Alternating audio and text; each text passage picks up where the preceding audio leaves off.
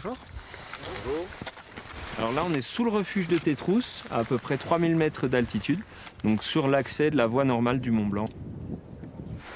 À 26 ans, Xavier Caillol est aspirant guide, mais aussi étudiant en géographie. Bonjour. Vous étiez au Mont Blanc? Oui, on était au Mont Blanc, ouais. Vous y étiez quand? Vous étiez hier ou ce matin? On y était ce matin. Vous étiez ce matin? C'est comment sur l'arête là-haut là? Ah bah c'est tout bon. C'est tout bon? Ouais, c'est des bonnes conditions là. Ouais, okay. Ouais. Et dans le couloir, ça bougeait pas trop là encore? Hier, non, nous, ça non.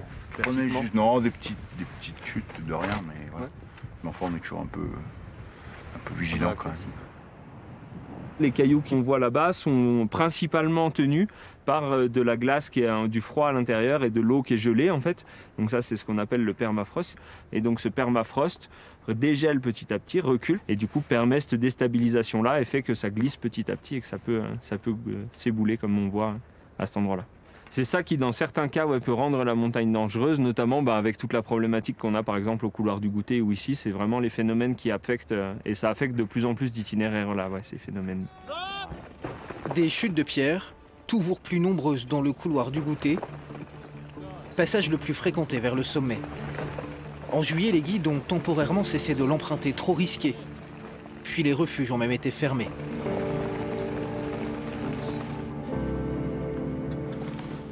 Ce jour-là, Xavier vient observer l'état de la voie normale du Mont Blanc. Il y a quelques mois, il a découvert cette immense crevasse, juste sous le toit de l'Europe, un phénomène totalement inédit. C'est une crevasse qui s'est ouverte le long de l'arête des bosses.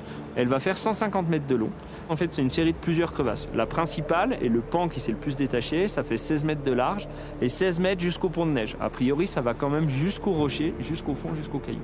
Et les autres ouvertures sont pour l'instant moins larges, mais on a vu que cette ouverture de 16 mètres, elle s'est faite dans l'hiver 2021-2022. Il n'y avait rien en septembre 2021, les dernières images qu'on a, et on a retrouvé ces traces-là fin mars. On en a discuté avec pas mal de vieux guides qui traversent cet itinéraire depuis un moment et ils nous ont dit on n'a jamais vu ça à cet endroit. Donc forcément c'est quelque chose qui est assez surprenant parce que c'est très très rapide et surtout dans des dimensions qui sont très importantes. Donc si ça avait été un phénomène cyclique, pas forcément en lien avec le changement climatique, ça se serait déjà produit. Là ça s'est jamais produit, donc oui on commence à pouvoir dire de plus en plus que c'est vraiment lié au changement climatique. Xavier est à l'image de bien des jeunes guides, plus scientifiques et très sensibilisés au réchauffement. Pour cette nouvelle génération, le rapport à la montagne doit changer.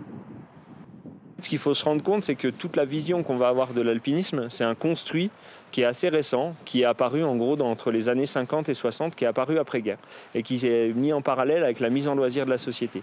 Et en fait, à tout ce moment-là, il y a eu un petit optimum glaciaire, c'est-à-dire que les glaciers se sont mis à réavancer et la neige est restée beaucoup plus persistante au printemps et en été. Ça, c'est lié à des micro-oscillations de la Terre et c'est des petits changements qui sont très court et qu'on a du mal encore à interpréter.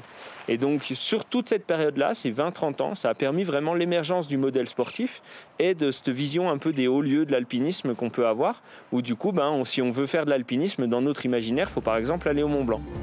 Mais le 18 juin dernier, un record absolu de température a été enregistré près du sommet du Mont Blanc. 10,4 degrés du jamais vu à une telle altitude. Immanquablement, le réchauffement remet donc en cause les fondements même de l'alpinisme.